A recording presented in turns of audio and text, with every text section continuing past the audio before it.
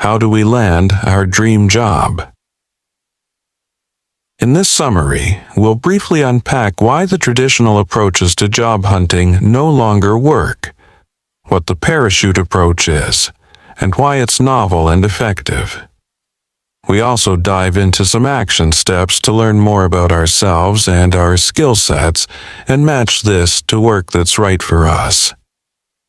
We'll also learn why Google is our new digital resume, how to sharpen our interview skills, and how we can be more strategic when negotiating our salaries. The world of work has changed. There's been a significant shift in a few areas. Job hunting now takes longer, and when we find that job, it's generally of a shorter duration.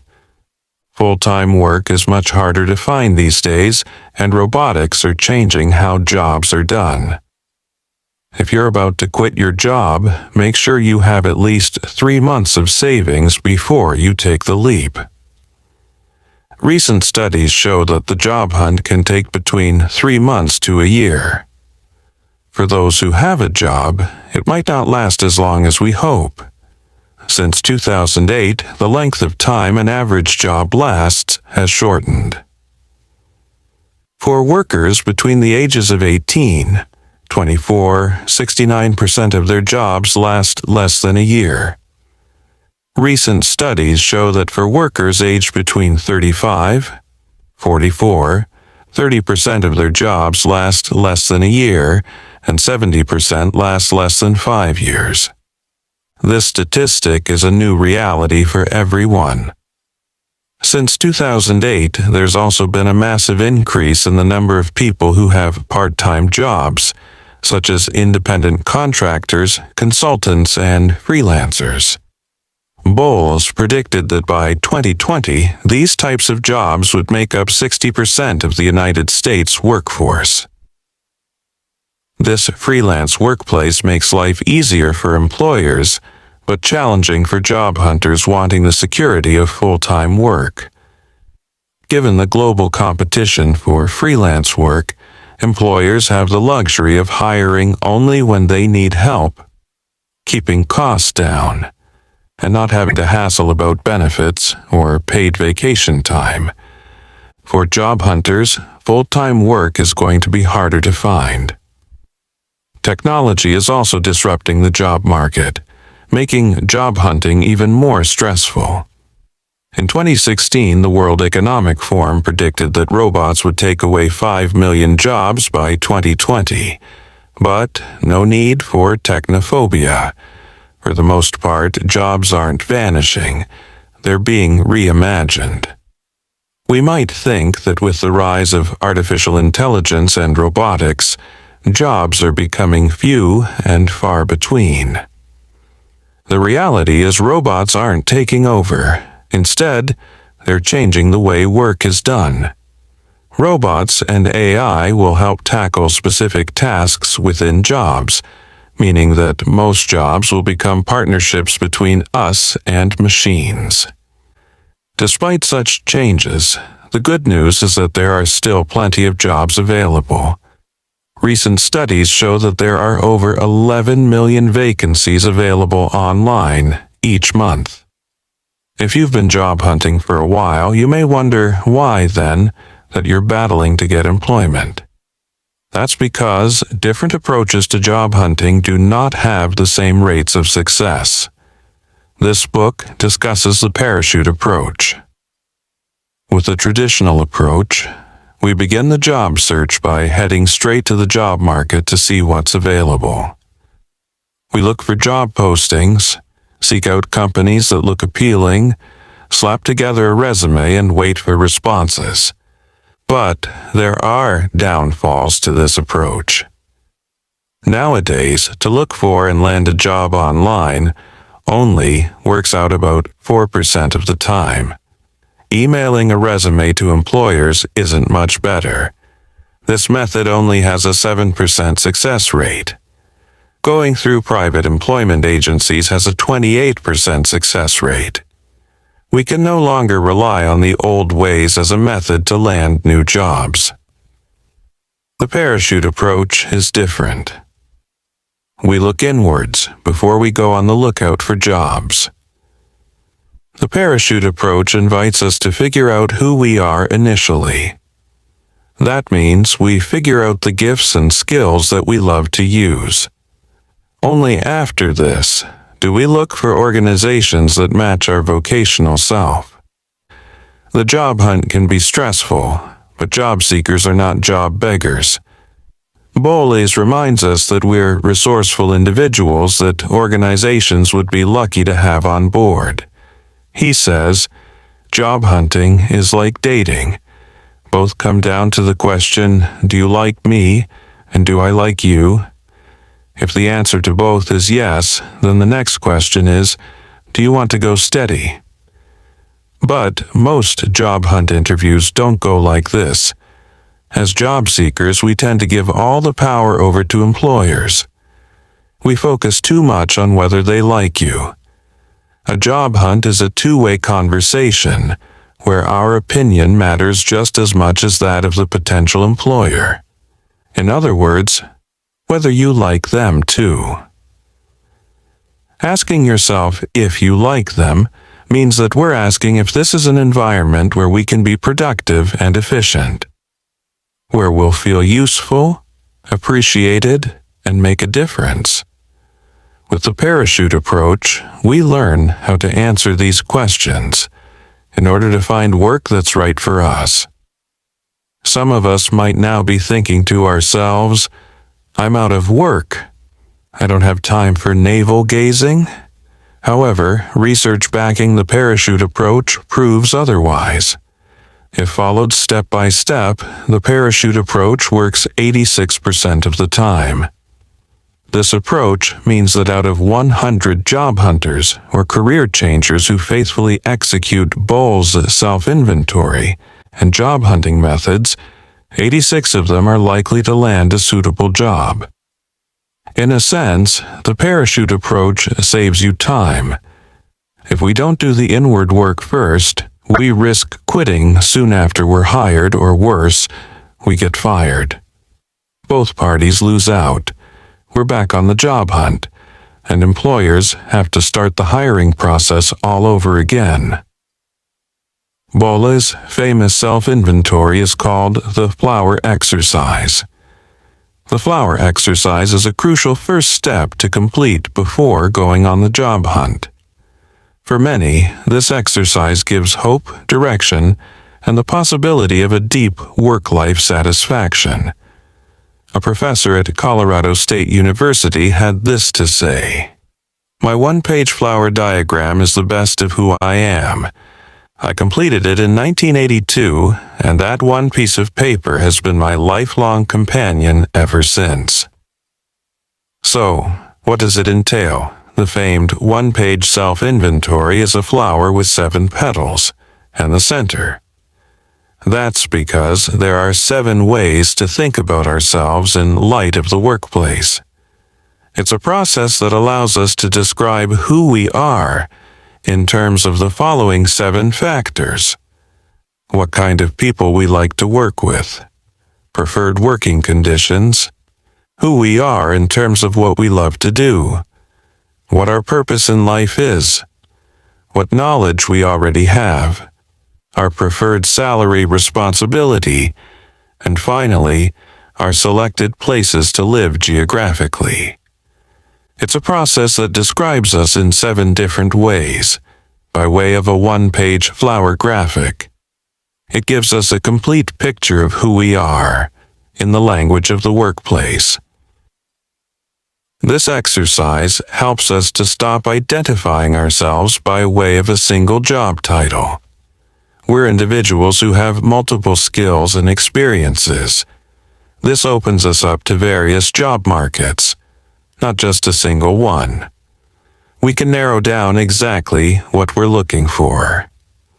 The reality is that we'll be facing up against at least 19 equally qualified competitors. So, this exercise is a chance to understand what makes us unique and what we can bring to the table that others can't. It serves as a useful guide during a time of uncertainty. It helps us to pause, think, and assess where we want to go in life. You'll need the book to complete the flower exercise, but something quite helpful to start thinking about might be which of the 7 petals are vital to you, and what's their order of importance. Once we've discovered which jobs or careers are indicated by our flower diagram, we start the job hunt. Let's now move on to some actionable advice. Learn how to conduct informational interviews. Hear why Google is the new resume. Get some interview tips and learn the secrets of salary negotiation. How to conduct an informational interview. At some point, we might think we've found our dream job. You have all the details. So, now what? Do you rush over there? Not so fast. Informational interviewing can give you clarity on whether or not this will be a good fit. Ask a contact if they know anyone who works at this company. Link in with this person and find out as much as you can about the organization.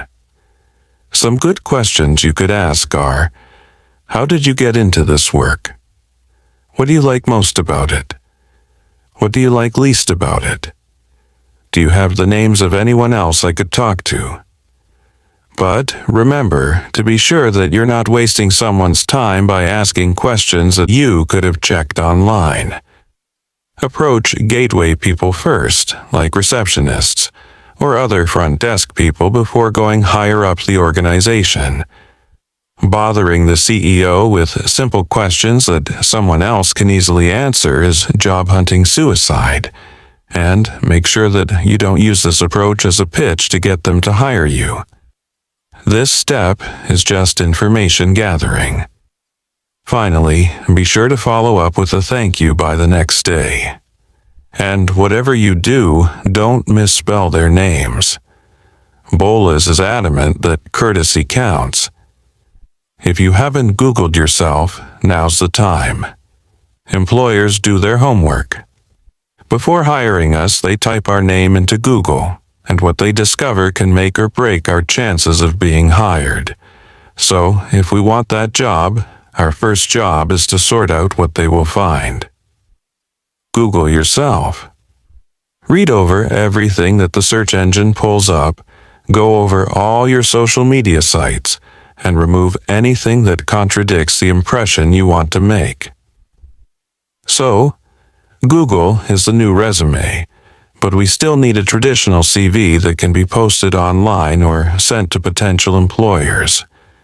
But here's a crucial tip. Don't just post it everywhere on the internet in the hope something will come from this. Bolles says, this is akin to nailing it to a tree in a town square, where everyone can see it. It's not effective.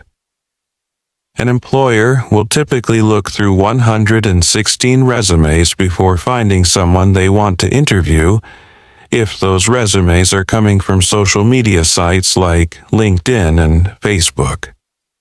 However, if they find resumes via their own websites, they typically only look through 33.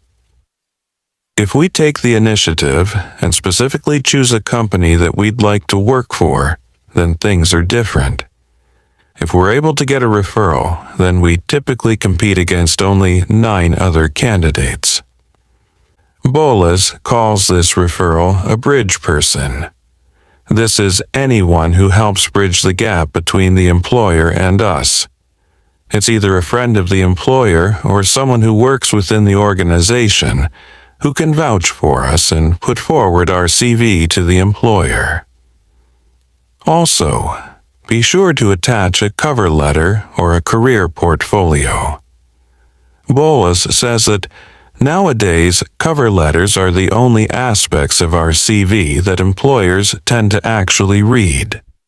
Our cover letter should be personal and specific to that job. If possible, also send through a career portfolio that provides samples of your work. Now, let's move on to some interview tips for that next phase of the job hunt. Our favorite 4 tips on how to up your interview game. Go in with the right mindset. Stick to a time limit. plan your answers to likely questions. And finally, remember, an interview is a two-way conversation. First and foremost, go in with a humble yet confident mindset. Remember, you're not a job beggar.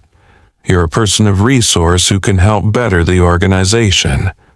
Next, if you manage to set up the interview, remove the employer's likely dread of this visit by specifying how much time it'll take. It might sound odd, but determine a ballpark period like 19 minutes. Bolles says, 20 sounds too vague, 19 sounds precise, like you're serious. Stick to the time limit as though your life depended on it. This builds trust. Bolles suggests that you set a silent alarm for 17 minutes. This gives you 2 minutes to wrap up. To end, say something like, I said I would only take 19 minutes of your time, and I like to honor my agreements. This statement usually makes a good impression. Now, let's look at how we respond when they ask you to describe yourself. How you respond to this question will determine your fate during the rest of the interview. This is usually a test question. They want to see how you react to an open-ended, unstructured situation. You've failed if you respond with a clarification question. Something like, well, what do you want to know about me? This is an employer's least favorite answer. What they're looking for here is the answer to a different question. They want to know the skills, experience, and knowledge that you have that's relevant to this specific job they're trying to fill. Don't go on a tangent about where you grew up, your tastes and hobbies. Employers want to know your work history, particularly the work history related to the job in discussion. To help yourself, think about the most essential competencies for this job and sneak these into the answer. Last, don't forget this conversation is a two-way street. You want to be sure exactly what the job entails and determine if these tasks are what you like to do. An excellent question to ask is, what are the skills a top employee in this job would require? This helps you to find out what skills you might need to truly excel in such a role. You've made it this far, but there's one last thing to agree on: the paycheck. Bolles warns, don't be the elated, breathless high school graduate who lands their first job and then gets the rude awakening upon opening their first dismal paycheck. He says not to discuss salary until the end of the whole interview process, the moment when they say they definitely want you. Before you enter into this conversation, do some careful research on typical salaries in the field and in that organization. Remember, it's a negotiation. Try to get a sense of the salary range that the employer potentially has in mind, and go from there. Ask yourself what a person above and below this position might earn. Then find a number in between. Websites like salary.com or Glassdoor might help you get a ballpark salary figure. It's also helpful to talk to people. You're likely to get the most accurate answer from other people. You'll also learn about unexpected cuts or deductible tax amounts. When it comes to salary negotiation, you're trying to get them to pay you the most, and they're likely trying to pay the least. Bolles' advice is not to be the first to throw out an actual figure. It's been found that when the figures don't align, whoever mentions a salary figure first generally loses. Bolles says, we can speculate this till the cows come home. There are theories, but all we know for sure is that it's true. If the employer asks us what kind of salary we're looking for, a trick rebuttal is to ask, well, you created this position, so you must have some figure in mind, and I'd be interested in first hearing what that figure is. In conclusion, the job hunt always involves some degree of luck. But with Bolles' help and a little bit of hard work on our side, we stand more chance of landing that dream job.